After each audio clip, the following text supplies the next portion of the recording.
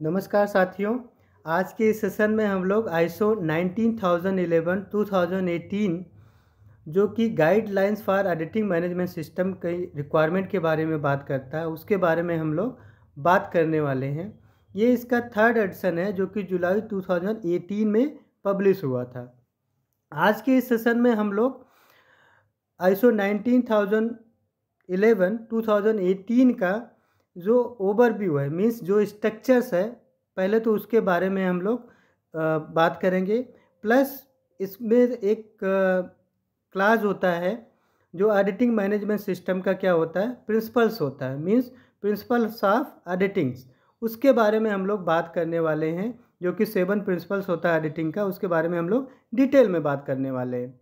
बाकी का जो क्लास है, मीन्स जो क्लास वाइज है, मीन्स क्लास 1 to 7 है, उसके बारे में हम लोग एडिशनल जो वीडियोस हैं, छोटे छोटे वीडियोस बना के इस वीडियो के अंत में डिस्क्रिप्शन में प्रोवाइड कर देंगे। तो वहाँ से हम लोग जा कर के पूरा कंप्लीट ISO 19011 2018 का पूरा देख सकते हैं, कंप्लीट वीडियो। ठीक है, तो आज के सेशन में हम लोग एडिटिंग का जो प्रिंसिपल्स है उसके बारे में डिटेल में बस बात करने वाले हैं। देखिए, जो स्ट्रक्चर्स ऑफ ISO 19011 का है 2018 का, इसमें स्ट्रक्चर्स में क्या है, पहला जो क्लॉज है वो क्या होता है, स्कोप। मीन्स ये एडिटिंग मैनेजमेंट सिस्टम का जो guideline for editing management systems है, इसका स्कोप क्या है। ठीक है, दूसरा बात करेंगे नॉर्मेटिव रेफरेंसेस, इसमें क्या यूज़ होता है। ठीक है, उसकी बात करेंगे। तीसरा है टर्म्स एंड डेफिनेशंस, और चौथा है प्रिंसिपल्स ऑफ एडिटिंग का क्या प्रिंसिपल्स है, उसके बारे में बात करें। देखिए, टर्म्स एंड डेफिनेशन की अगर बात करें, जो कि रिलेटेड किससे होगा, एडिटिंग मैनेजमेंट सिस्टम से रिलेटेड होगा, तो उसके टर्म की बात करेंगे।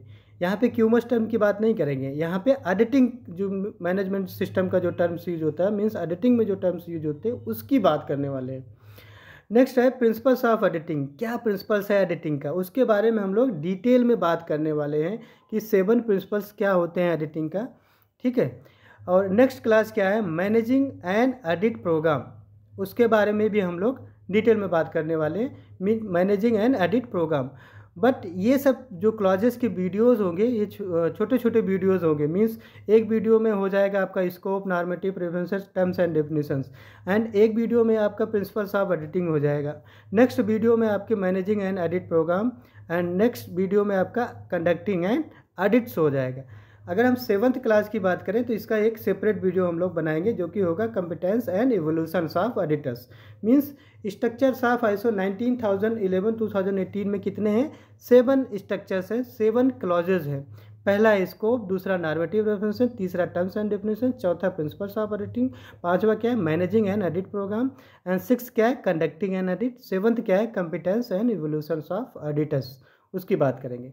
तो छोटा छोटा वीडियोस रहेगा जिसको हमें समझने में भी आसानी होगी और इजीली हम लोग उसको देख सकेंगे। ठीक है, तो आज के सेशन में हम लोग प्रिंसिपल्स ऑफ एडिटिंग की बात करेंगे। देखिए, प्रिंसिपल्स ऑफ एडिटिंग की अगर हम लोग बात करते हैं, इसमें कितने प्रिंसिपल्स होते हैं, 7 प्रिंसिपल्स होते हैं। तो पहला प्रिंसिपल्स क्या है, इंटीग्रिटी, दूसरा क्या है फेयर प्रेजेंटेशन, तीसरा है डू प्रोफेशनल केयर, चौथा क्या है कॉन्फिडेंशियलिटी क्या है, पांचवा क्या है इंडिपेंडेंस क्या है। ठीक है, इसके प्रिंसिपल्स का एक ये भी क्या है, इंडिपेंडेंस। ठीक है, पांचवा प्रिंसिपल्स है। 6 क्या है एविडेंस बेस्ड अप्रोच, एंड 7वां क्या है रिस्क बेस्ड अप्रोच। ठीक है, तो evidence based approach and risk based approach already हम लोग जो क्यूमस का 7 प्रिंसिपल है वहाँ पे समझ चुके हैं, बट यहाँ पे भी हम लोग इसके बारे में डिटेल में बात करने वाले, क्योंकि ये एडिटिंग से रिलेटेड है। ठीक है, तो सबसे पहले हम लोग बात करते हैं इंटीग्रिटी क्या होता है। देखिए, इंटीग्रिटी क्या होता है, इंटीग्रिटी होता है the foundation of professionalism. Means professionalism जो होता है उसका फाउंडेशन क्या होता है, इंटीग्रिटी होता है। इंटीग्रिटी को हम लोग क्या बोलते हैं, सत्य निष्ठा भी बोलते हैं, और क्या बोलते हैं, ईमानदारी भी बोलते हैं। ठीक है, means editors and the individuals managing and audit programme should perform their work ethically. ठीक है, हमें अपना वर्क कैसे परफॉर्म करना है, इथिकली परफॉर्म करना है, विथ होनेस्टी, ईमानदारी के साथ, एंड रेस्पॉन्सिबिलिटी। दूसरा क्या है, ओनली अंडरटेक ऑडिट एक्टिविटीज़, तो हमें ऑडिट की जो एक्टिविटीज़ है वही अंडरटेक करना है। If competent to do so, perform their work in an impartial manner. देखिए इम्पार्शियल मैनर मतलब कोई भी पार्शियलिटी नहीं करना है, ऐसे ही अपना काम को हमें परफॉर्म करना है। That is remain fair and unbiased in all their dealings. तो हमें क्या करना है, जो भी हम डीलिंग कर रहे हैं, जो भी हम बात कर रहे हैं, उसमें हमें क्या करना है, हमेशा फेयर रहना है और अनबाइस्ड रहना है। किसी की तरफ हमें क्या है, बाइस्ड नहीं होना है, ठीक है। नेक्स्ट क्या है, be sensitive to any influences. कोई भी इन्फ्लुएंसेस होता है उससे हमें क्या होना है, सेंसिटिव रहना है। That may be exerted on their judgement while carrying out an audit, ठीक है। तो ये बात हो गई, हमें पहले प्रिंसिपल की बात किया हमने एडिटिंग का, इंटीग्रिटी, ठीक है। नेक्स्ट प्रिंसिपल की बात करते हैं, फेयर प्रेजेंटेशन। देखिए जो भी हम प्रेजेंटेशन दिखा रहे हैं वो क्या होना चाहिए, बहुत फेयर होना चाहिए, नीट एंड क्लीन होना चाहिए, और वो क्या होना चाहिए, ट्रूथफुल होना चाहिए, एक्यूरेट होना चाहिए, ठीक है। फेयर प्रेजेंटेशंस क्या है, the obligation to report truthfully and accurately is known as fair presentations. देखिए audit findings, audit conclusions and audit report should reflect truthfully and accurately the audit activities. तो जो भी ऑडिट की फाइंडिंग्स होगी, जो conclusions होंगे, जो ऑडिट के रिपोर्ट्स होंगे, वो क्या करेंगे, ट्रूथफुल्ली, सत्यनिष्ठा होंगे और एक्यूरेट, सही से होंगे। ऑडिट की एक्टिविटी सही से करना है, ठीक है। नेक्स्ट क्या है, significant obstacles encounter during the audit. जो भी सिग्निफिकेंट ऑब्स्टिकल्स होंगे उसको हमें क्या करना है, इनकाउंटर्स करना है ऑडिट के समय। And unresolved diverging opinions between the audit team and the auditees should be reported। जो रिजॉल्व नहीं होंगे, मीन्स अनरिजॉल्व डाइवर्जिंग ओपिनियंस होंगे, अलग अलग ओपिनियंस होंगे between auditee and audit team, वो हमें क्या करना चाहिए, रिपोर्ट करना चाहिए। The communication should be truthful, accurate, objective, timely, clear and complete. This is known as fair presentation. Means जो भी कम्युनिकेशन होगा वो ट्रूथफुल होना चाहिए, सत्य होना चाहिए, एक्यूरेट होना चाहिए, ऑब्जेक्टिव होना चाहिए। मीन्स ऑडिट का क्या ऑब्जेक्टिव है, उसको फुलफिल कर रहा है कि नहीं, उस पर बेस्ड होना चाहिए, टाइमली होना चाहिए और क्लियर होना चाहिए और कंप्लीट भी होना चाहिए। नेक्स्ट बात करते हैं हम तीसरे प्रिंसिपल की बात करते हैं, due professional care. Due professional care means the application of diligence and judgement in auditing. देखिए जो भी हम एडिटिंग करते हैं, जो भी एडिटर्स एडिट करते हैं, उनको क्या है, ये प्रिंसिपल्स मानने होते हैं। ड्यू प्रोफेशनल केयर मीन्स उनको प्रोफेशनली मेंटेन करना होता है। वो मीन्स जो भी जजमेंट एडिटिंग में वो करेंगे वो क्या होना चाहिए, प्रोफेशनल वे में होना चाहिए। Editors should exercise due care in accordance with the importance of the task they perform and confident place in them by the audit client and other interested parties। Auditor should exercise, ऐसा practice करना चाहिए कि due care करें in accordance with the importance of the task, जो भी important task हो उसमें जैसा कि वो जो कि वो परफॉर्म कर रहे हो, एंड कॉन्फिडेंट प्लेस्ड, और कॉन्फिडेंस होना चाहिए इन देम, उनमें, by the audit clients, audit client के साथ और अदर इंटरेस्टेड पार्टीज के साथ। An important factor carrying out their work with due professional care is having the ability to make reasoned judgement in all audit situations. जो भी audit की situations हो उनको सबसे इम्पॉर्टेंट फैक्टर क्या है, जो भी उनके काम कर रहे हैं उसमें प्रोफेशनल अपना मेंटेन रखना है, ठीक है, ठीक है। जजमेंट जो भी दे रहे हैं, किसी भी सिचुएशन में दे रहे हैं, तो अपना जो प्रोफेशनल केयर है, ड्यू प्रोफेशनल केयर है, वो मेंटेन रखना है, ठीक है। नेक्स्ट बात करते हैं, चौथा जो प्रिंसिपल्स है एडिटिंग का, कॉन्फिडेंशियलिटी। देखिए मीन्स कॉन्फिडेंशियलिटी ऐसा है कि जो भी आप इंफॉर्मेशन या एविडेंसेस उनको दे रहे हो, means security of the information, जो भी आप इंफॉर्मेशन, जो भी रिकॉर्ड्स, जो भी रिपोर्ट्स, जो भी फॉर्मेट, जो भी चीज़ें उनसे शेयर कर रहे हो एडिटर से, तो उनका एडिटिंग का एक प्रिंसिपल्स है, वो उसको क्या करेंगे, कॉन्फिडेंशियल रखेंगे। ऐसा नहीं किसी को भी वो शेयर कर देंगे, ठीक है। तो जो भी आप एविडेंसेस एडिट के समय उनको देते हो या जो भी वो कलेक्ट करते हैं एडिटर्स, वो उसको क्या करेंगे, कॉन्फिडेंशियल रखेंगे, मीन्स उसका सिक्योर रखेंगे, किसी से वो शेयर नहीं करने वाले। ऐसा एडिटिंग का ये क्या है, एक प्रिंसिपल्स है। Editor should exercise direction in the use and protection of information acquired. जो भी इंफॉर्मेशन उन्होंने इकट्ठा किए हैं वो क्या करेंगे, उसको उनका एक मतलब एक्सरसाइज ऐसा होता है कि उसको क्या करेंगे, किसी से शेयर नहीं करना। In the course of their duties edit information should not be used in appropriately for personal gain. Personal gain के लिए यूज नहीं करना चाहिए, किसको कहीं पे शेयर करके आप कुछ कमा लीजिए। By the auditors or the audit client or in manner detrimental to the legitimate interest of the editing. This concept includes the proper handling of sensitive or confidential information. Means जो भी information होगा उसको कैसे handle करना है, कैसे उसको confidential रखना है, ये कौन सा प्रिंसिपल बताता है, कॉन्फिडेंशियलिटी मीन्स चौथा प्रिंसिपल, ठीक है। तो जो भी एविडेंसेस होंगे, जो भी इंफॉर्मेशंस होंगे, जो भी रिकॉर्ड्स होंगे, उसको क्या करना है, प्रॉपर हैंडल करना है सेंसिटिव तरीके से और उसको कॉन्फिडेंशियल रखना है।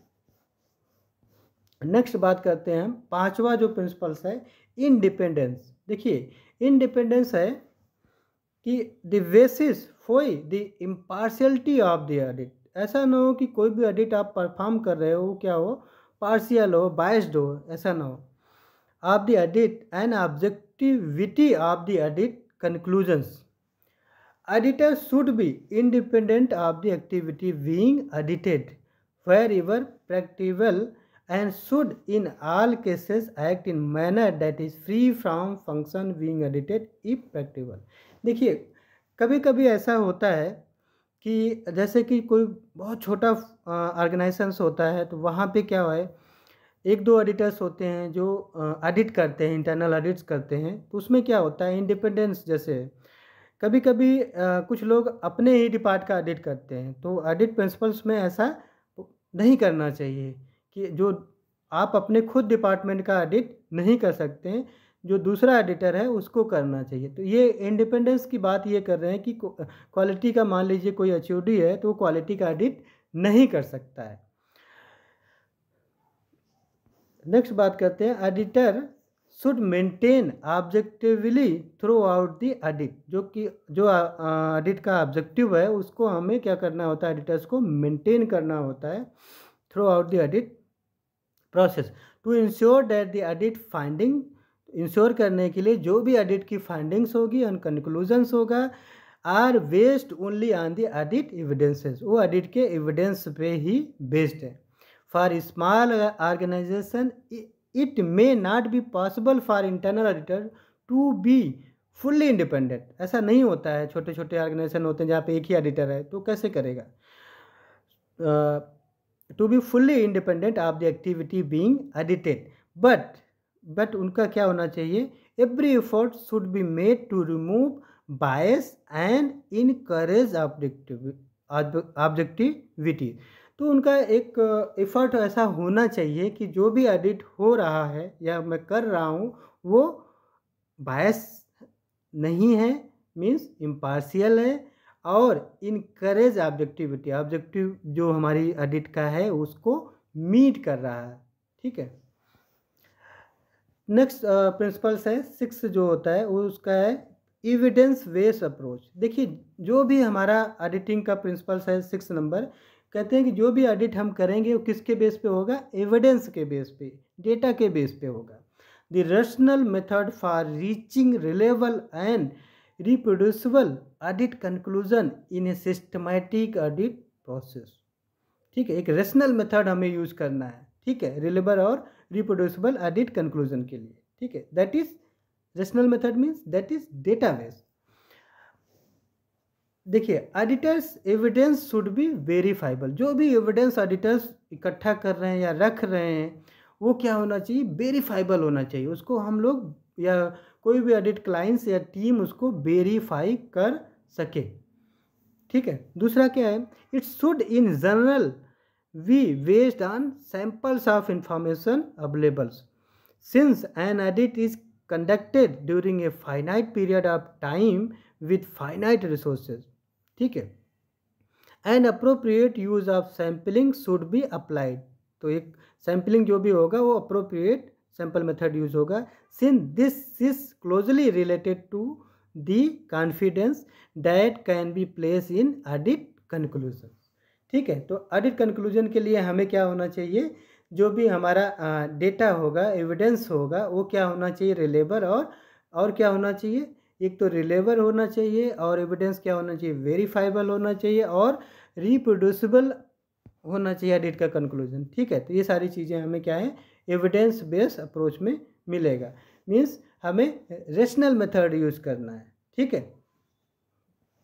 नेक्स्ट बात करते हैं रिस्क बेस्ड अप्रोच। देखिए, रिस्क बेस्ड अप्रोच क्या होता है, जैसा कि हम लोग जानते हैं रिस्क बेस्ड थिंकिंग की बात किया था हमने ISO 9001 एंड IATF में। Risk based thinking that is next is क्या है, रिस्क बेस्ड अप्रोच। देखिए, अप्रोच एंड थिंकिंग, एक होता है कि हम रिस्क बेस्ड सोचते हैं, एक होता है हमारा अप्रोच ही ऐसा होना चाहिए कि वो रिस्क बेस्ड हो।